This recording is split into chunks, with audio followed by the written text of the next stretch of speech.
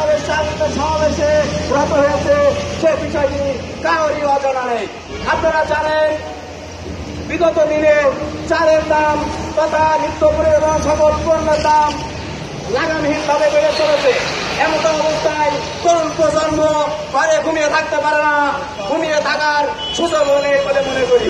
সেই প্রত্যাশায় আজকে সারা দেশে তরুণ প্রজন্ম একত্রিত হচ্ছে এবং সেই একত্রিত হওয়ার মধ্য দিয়ে আজকে জাতীয় প্রেস ক্লাবের সামনে একত্রিত হয়েছে এক তরুণ প্রজন্ম। আমরা বলতে চাই সরকারের প্রতি ও সংশ্লিষ্ট খাদ্য মন্ত্রণালয়ের প্রতি আমরা দৃষ্টি আকর্ষণ করব, যেভাবে নিত্য প্রয়োজনীয় দ্রব্য সহ চালের দাম ঊর্ধ্বগতির দিকে যাচ্ছে, মানুষের ক্রয় ক্ষমতার বাইরে চলে যাচ্ছে।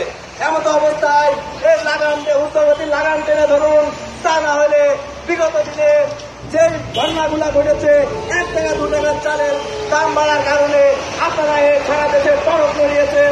আজকে তরুণ প্রজন্ম